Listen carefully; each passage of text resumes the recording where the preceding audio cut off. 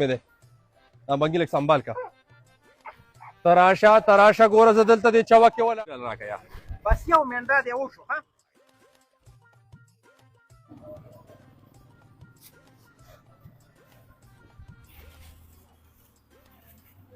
دا والی دي داسې دي وروره زما بنګي ماله ژوندی پولنګي بنګي راکړه داسې دي یا وروره نو تاسو راته ونه وې دلته کې چې دا سنبال که یو دې لکه د سنبالي مې درته ویلي د حلالي مې درته نه د 80,000 بنګي د مسلمانه کس پسې را روان دی وروره که د 80,000 روپو دی او که د لاکو روپو دی د هغې سره زما زویمه ده خو دلته کې دې راله په خپله راکړو چې تا راله سنبال که نو زما خو کار د نو تا ته خو دا ما نه دی ویلي چې ته د حلال کا کنه یار دا خو مسلمانه تا ته د حلالي چا ویلي وروره اوچتېږه لږه مه خو په خپله دې راوځي چې سنبال که نو اوس دې که زما څه ګناه ده یاره یاره دا ته تاسو انسان یې کو ته ځناور یار ځناور به تا ته ما زما د حلاس بند یم په طریقه باندې خو لږه وه د دې د تاوان مې لکه اوس ماله څوک راکړي دې سړي له به زه جواب څه ورکړم ته ماته دا وایې ځه د دې د تاوان او د ګټې سره زما سویمه د ستا شیز دی په خپله دې راته وي چې سنبال یې کړه دغه شی دی شیخ اوچتوې منه ډېر ټره راته کوه واو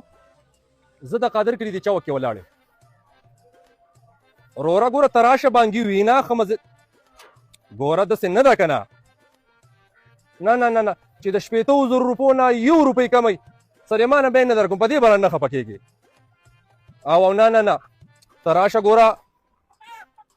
دا داسې نه ده د الله بنده په دې ما ډېرې ګاډۍ ګټلي که نه په لکونو روپۍ راله ګټلي یا ته یو میاشت ځان سره وساته ګوره زما لاس بند دی ته دې چوک ته راشه او زه دې پنجرې ورسه ولاړ یم او ته ګوره نه په دې به راسره که ته خو ویې نه نو بانګي که نه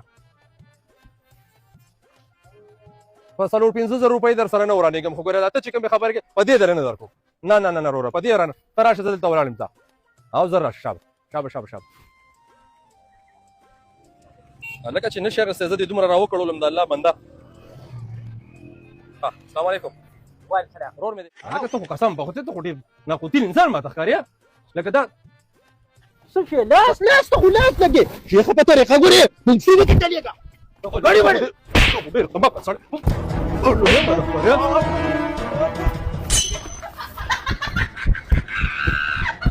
ودرېږه که نه ته ودرېږه چې زه ستا نه د بانګیانو دا چوک هېر کړم دا پون دې زه غوڅې نه کړم زه به څه سړی نه دې سیخې ته دې ګوره او دې کار ته دې ګوره